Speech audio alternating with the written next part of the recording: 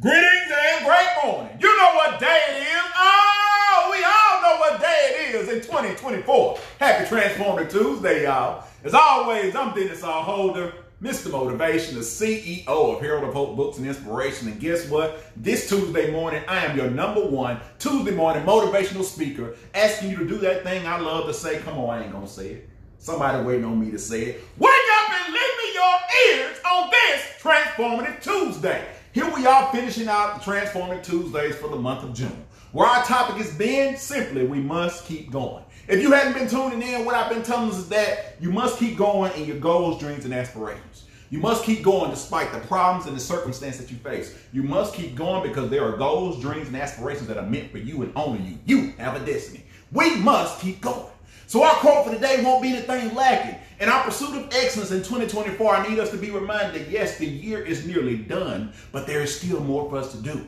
In fact, my goal as of most recently that I've added in my addition to my prayers and my meditation is that each and every day I pray, dear Lord, allow me to wake up and be on assignment. Dennis, what do you mean? When I say be on assignment, allow me to say the things I need to say today, to present and be the best version of myself I can be today. Allow me to be in the rooms and the conversations and the topics and to be a part of who you called me to be. Allow me to basically, if nothing else, use my gift, talents, and abilities to affect the change, to be the change that I want to see in this world. Allow me to be on assignment to do what you called me to do. And I pray the same for each and every one of you. So I pray that we step into our new day, our new Tuesday as we prepare to close out the month of June. Happy Transformative Tuesday. Our quote for today simply states that the problems that I face, the problems that you face, the problems that we face are meant to put us in position. Oh, somebody hear me this morning. I said the problems that we face are meant to put us in position.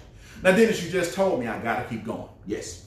Dennis, you just told me that it's important I continue to press on beyond my problems. Yes. Dennis, you just told me that there's greater things of destiny that lies beyond where I currently stand. I sure did. I'm glad you're listening. But now I need you to continue to take that next step with me. And guess what? I need you to understand that you have to get in position.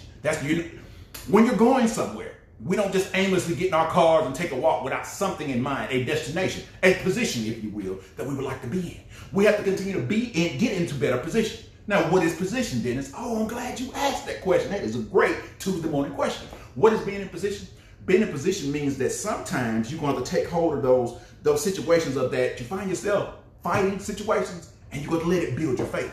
That sometimes, hey, you're going to take those hurdles of life and allow them to shape you and leap over them and hone your skills. That sometimes you're going to take on the fights of life and let it build your faith and shape you on the potter's wheel of life. What am I saying to us all? That being in position pushes us to change. It pushes us to grow, learn, and evolve. The necessary tools that allow us to do what? To progress in life, that allow us to ascend beyond where we currently stand, that allow us to do that thing you know I love to talk about, transform into the next best versions of ourselves. What I'm saying to us today is simply, I got a story for us. So everybody gather around and lend me your ears for our Transformative Tuesday story quote of the week.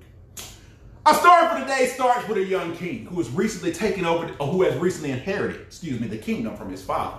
This young man has probably been king for maybe, let's just say 2 or 3 years, not a long time. Now, I need to give you a little reference of where this young man comes from. His father was a wise king, a very sovereign king, a very strong king, a very compassionate king, who had passed these lessons along to his son, who had encouraged him along the way to remind him that this was his birthright, that this was going to be what he was going to inherit. To understand that being a king came with a lot of responsibility. It came with a lot of hardships. It came with a lot of chances you're going to grow, learn, and continue to evolve as you become a wiser man in the process of living, right? So this young king had taken over, and because his father had been so sovereign, had been so strong, had been so capable as a king, that this kingdom was thriving. It almost didn't really take much effort at all for him to run this thing, right? So the young man enjoyed these first couple of years of his reign, and it was simple. It was easy. The people loved him. They loved his father. They loved his family. Everything was going good until it wasn't. Slowly but surely, problems started to break out that the young man had never seen his father deal with. Difficult situations started to come about that he didn't quite know how to maneuver because things had been so smooth. Slowly but surely, he found himself in hard situation after hard situation, difficult situation, ups and downs of just waxing and waning of his process and his progress of growing in his kingship and growing in his reign and managing the kingdom. So slowly but surely, this bright, this capable, this well-taught and encouraged young man became very cynical, very negative minded about the way he was ruling as a king. So much so that it worried his wise advisors because they had seen this young man be brought up under wise counsel of his father. They knew the potential and the capacity that he had to be better, to do better. Sometimes we got to have people who can see the best in us when we can't see it ourselves. But I digress and stay on my story. They saw this young man, so they weren't ready to give up on him. So they were willing to do whatever they could to help him, to help reset him, to refocus him, to be the advisors that his father had put in place for him. So finally, this young man poses a challenge because he sees everybody's eager to try to help him. He sees that everybody's eager to want to try to give him some guidance, but he's also a king. So the king issues the challenge today. He says, I see you all gathered before me, and I can appreciate that in a very sarcastic way, he says to him. He says, so to help me in this time to seek out greater balance, a greater understanding of what it is to be a better king, a wiser king during these times of trouble, turmoil, and difficulty, I pose a challenge to each and every one of you. Everybody raises their heads. They look around. They're all ears to wait to see what this young king is going to say to them. He says, I challenge you to bring me a gift. Oh, everybody says, it's easy, old king. I can go here and get you this. I can go here and get you that. Hey, whoa. He stops him. Slow down. It's not going to be that easy. He says, I need you to get me a gift that makes me smile. Again, everybody says, that's easy. I can no. Stop. Remind you, some of us get too easy. We don't let people finish talking. We don't let the conversation play out. See where things are going before you have an answer. So I say again, the king says, not only must it make me smile, but at the same time, it must make me sad. Everybody looks a little puzzled. What is this kid talking about? Nobody dare says this out loud. But okay, king, we'll do what we can. A gift that makes you smile, but makes you sad at the same time. I know y'all thinking that's silly, but some of us don't know what we want either. We want to be happy about getting past where we currently stand, but we want to sit and complain about and hang on to the difficulties, the doubts, the fears, and the frustrations that we've had. But I digress here, so just make sure you're paying attention. So we continue to go out and everybody leaves. This one very wise, young counselor decides that he knows the perfect gift for this king because he had been around a good bit of time and he had seen the young man and his father interact. He had seen how this young man was, how his mind worked and a greater understanding of how to encourage the young king instead of just trying to just give him this simple gift that he thought would answer the question. So he went to a jewelry maker in the kingdom. He came to him and told him what he needed.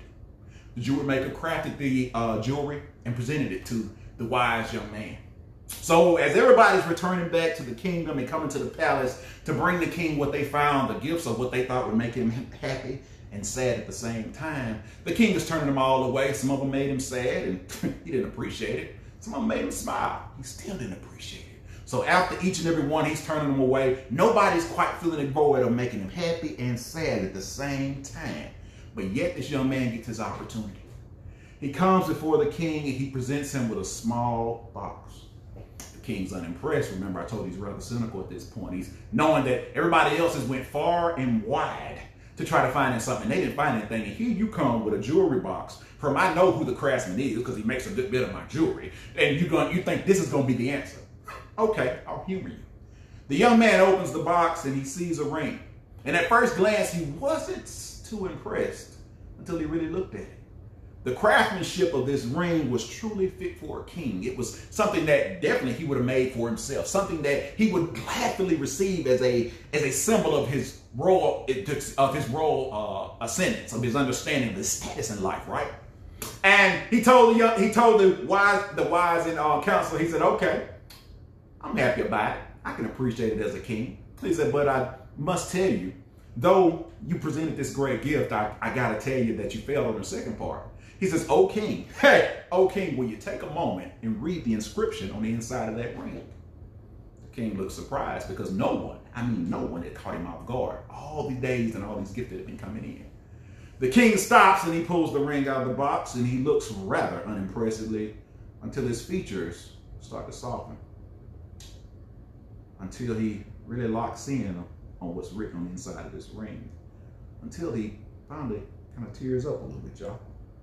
Tears up and has a sobering look on his face. This sobering look made him sad, but sad with perspective. Everyone is baffled. Nobody knows what has occurred. You went from this very happy, joyous king to this almost slightly saddened king, but in his sadness, a resilience was restored to his face, y'all. A drive was restored to his face, y'all. A greater renewed perspective was returned to his face, y'all. Everyone says, oh king, you must tell us, what are you reading? What changed the whole tone of this conversation? The king looked up to him as he placed the ring on his hand and says, I wear a ring that is truly fit for a king. But this ring has a message that was also fit for a king. A message that I would always hear my father say, a quote he would always utter in his process of problem solving and managing his difficult situation, circumstances. They says, King, please tell us, what does it say? He said, the quote simply says, this too shall pass. He said, when I heard these words, I couldn't help but think about seeing my father manage, overcome, and deal with the situations of life. And now that burden, that challenge, this opportunity is placed before me. So I must take it on with a smile and appreciate the blessings of what I've had. But I also understand that what I'm going to have to do as I keep going, it's going to come with burdens. It's going to come with trials. It's going to come with tribulations. But I must keep going. What am I saying, each and every one of you? What am I expecting from each and every one of us to realize that the problems that we face, the problems that I face, the problems that you face, are meant to get you in position. Those problems are reminding us that, guess what? I'm going to shake you up out of the monotony of what you're going through to remind you that there's more within you. There's greater potential within you. There's a greater possibility beyond the problem that you face. But you got to realize that, hey, this problem's not here to break you. It's here to make you. It's here to shape you, allow you to grow, learn, and evolve into the next best version of yourself. Why is this important? Because that's what allows us to keep going. Because when we keep going, we gain integrity, which builds our character. We gain a greater attitude of gratitude and perspective on the process of living our lives, that we know that there are going to be some good days and we got to say thank you and appreciate them. But there's going to be some hard days that's going to challenge us and push us beyond what we think we can bear, but also be thankful because they're bettering us for days to come. And last but not least, I need us to realize that getting in position means putting us in position to do what we're meant to do, to be on assignment and take hold of what we're supposed to take hold of today. I pray that each and every one of you, yes, each and every one of you, be blessed under the sound of my voice. And remember that the problems that I face, the problems that you face, the problems that we all are going to face are meant to put us in position. Allow them to put you in position and be on assignment today. Happy Transformative Tuesday, y'all.